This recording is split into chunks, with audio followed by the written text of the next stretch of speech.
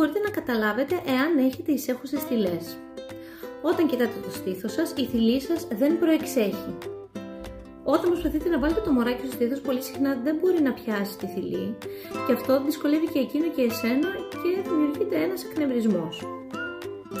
Οι θηλές λοιπόν είναι διαφόρων ειδών. Υπάρχουν οι κανονικές θηλές όπως είναι αυτή που βλέπετε, υπάρχουν οι θηλές οι οποίες είναι επίπεδες, υπάρχουν και οι θηλές που είναι εισέχουσες. Εμείς θα μιλήσουμε σήμερα για τις εισέχουσες θηλές.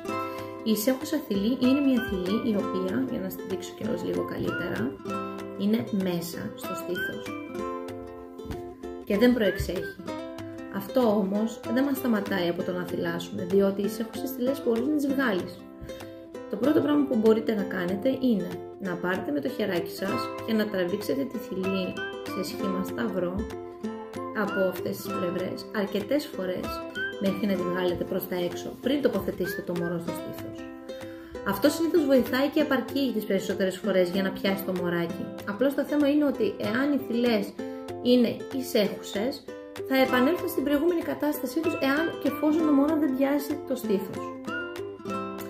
Επομένως, την επόμενη φορά που θα προσπαθήσετε να θυλάσετε, τραβάτε σε σταυρό τη θηλή σας προς τα έξω και προσπαθείτε να βάλετε το μωράκι στο στήθος.